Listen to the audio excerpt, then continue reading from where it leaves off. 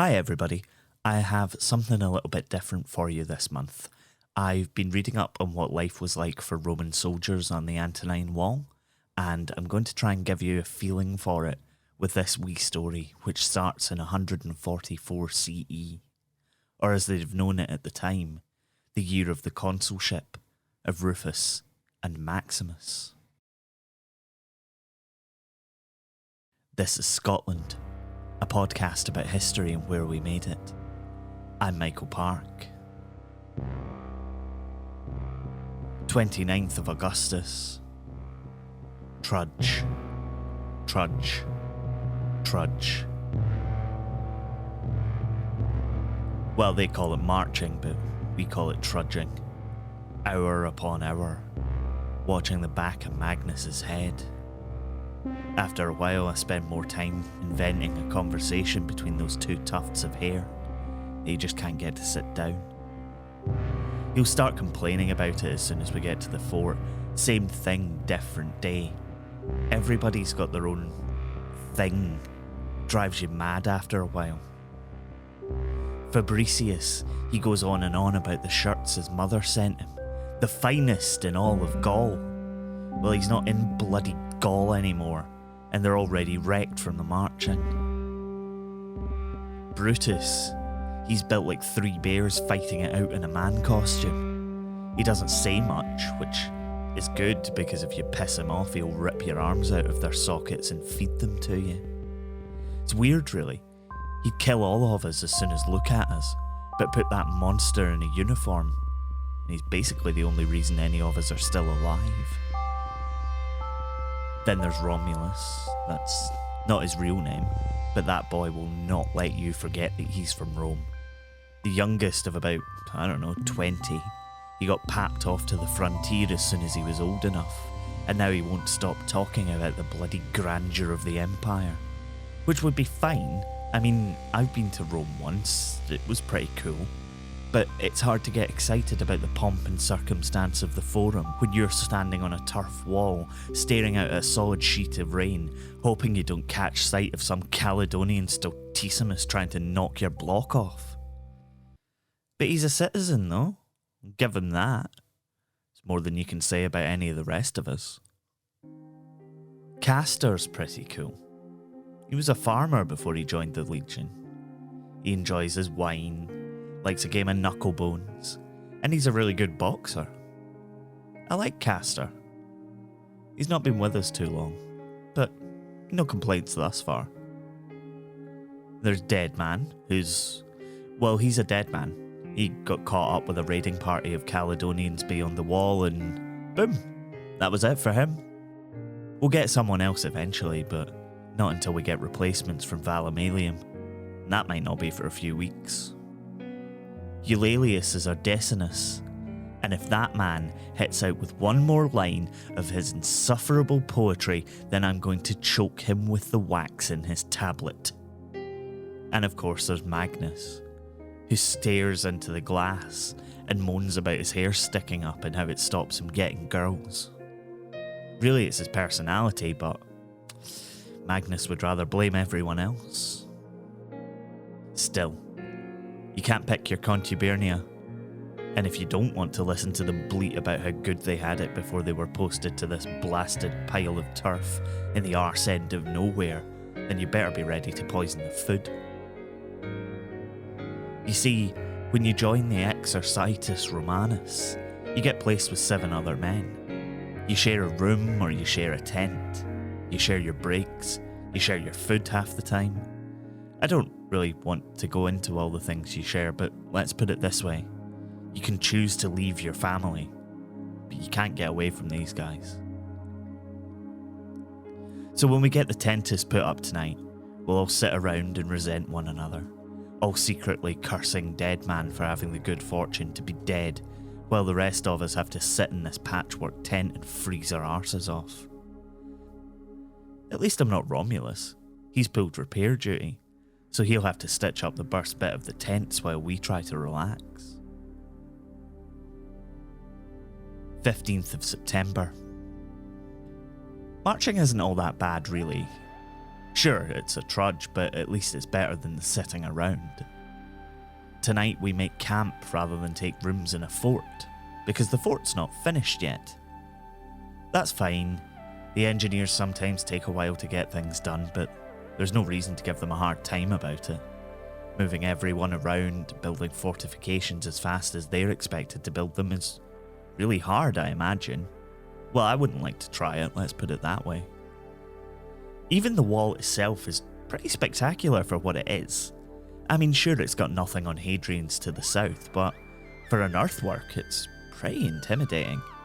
It's 39 miles-ish long, 10 feet high, 16 feet deep with a palisade you can walk along on top, and a deep ditch to the north.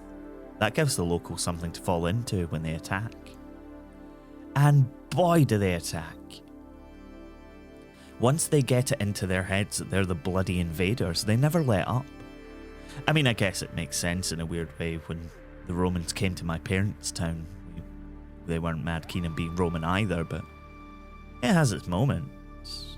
I don't really see myself being able to explain that to them without getting my head knocked clean off, though, so I'll probably just keep doing what I'm doing. And at the moment, that's guarding a stretch of the wall between Bar Hill and Croy. Compared to some of the other less well-fortified bits of the wall, it doesn't get attacked all that often. I wouldn't say it's a relaxing place to be stationed, but it's better than stomping up and down the military way until somebody needs you.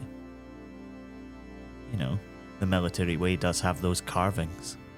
They get the blood going. One side all pious, getting up close and personal with the very gods themselves. The other's all blood and thunder.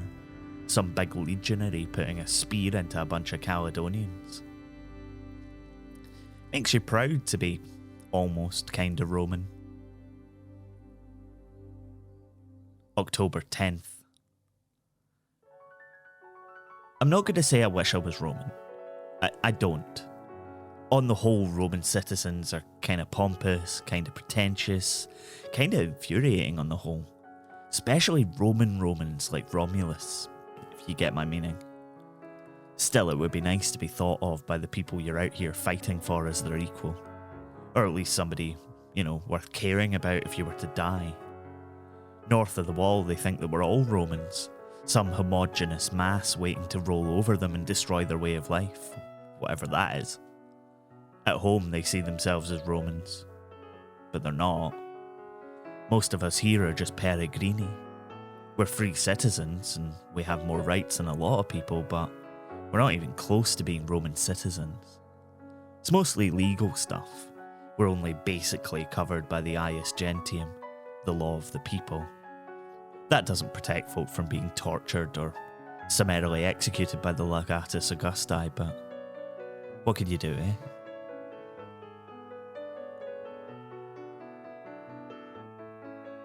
November 23rd. They overran us first thing on a bitterly cold morning as we tried to eat breakfast. We were at one of the smaller encampments, reinforcing some engineers who were repairing damage to the wall. And guess what? They didn't get it finished in time. Before we knew it, there were screaming Caledonians pouring over us like a tidal wave, ripping, tearing at us with all manner of improvised weapons. Thankfully, we all had our armour on, but we were so unprepared for them that it barely mattered. I've heard people say it all happened so fast before and never really understood what they were talking about. Time passes at the same rate, right? But not when there are 100 Caledonians smashing into what feels like just you. We're the best trained army in the world, but there's nothing that surprise can't beat. Romulus was the first to get involved and they hacked him almost to pieces. Brutus was covered in parts of him by the time he waded into the fight. Thank the gods for Brutus. If it wasn't for him, there's a good chance we'd all be dead now. We lost him under a dog pile of Caledonian warriors by the time the other troops from the camp made it over. We were a day away from relief, and some time at the vicus at Volunia's fort. Romulus would have got to see that girl he was always harping on about. Brutus. He would have loved staring at a wall and drinking wine. But now they're gone. Gone to join dead man in the Elysian fields. Sit tibi terra levis, my friends. Sit tibi terra levis. November 25th. We held a little funeral service for our friends today. As they were cremated, we all said a few words. Something from the heart. Except Eulalius, who recited a specially written poem about the nobility of Romulus. His real name was Flavius, as it turns out. On the quiet strength of Brutus. I'm not ashamed to tell you that I got a little emotional. I mean, the poem was still a load of cacat, but he delivered it with passion. Romulus's body will be taken back to his family. He'll get the full burial rights of a Roman citizen.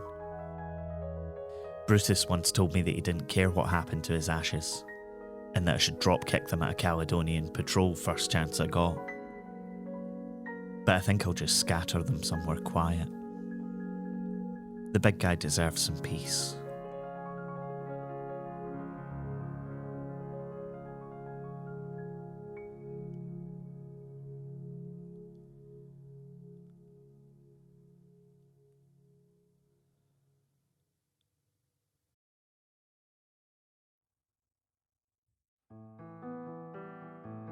You've been listening to Scotland. It was written and produced by me, Michael Park, and is a production of Be Quiet Media. You can find out more about the show and read transcripts on our website, scotlandpodcast.net, and we're on Twitter, Facebook, Instagram and TikTok for some reason. Find us by searching Scotland, a Scottish history podcast. Thanks for listening. Look after each other. We'll see you next time.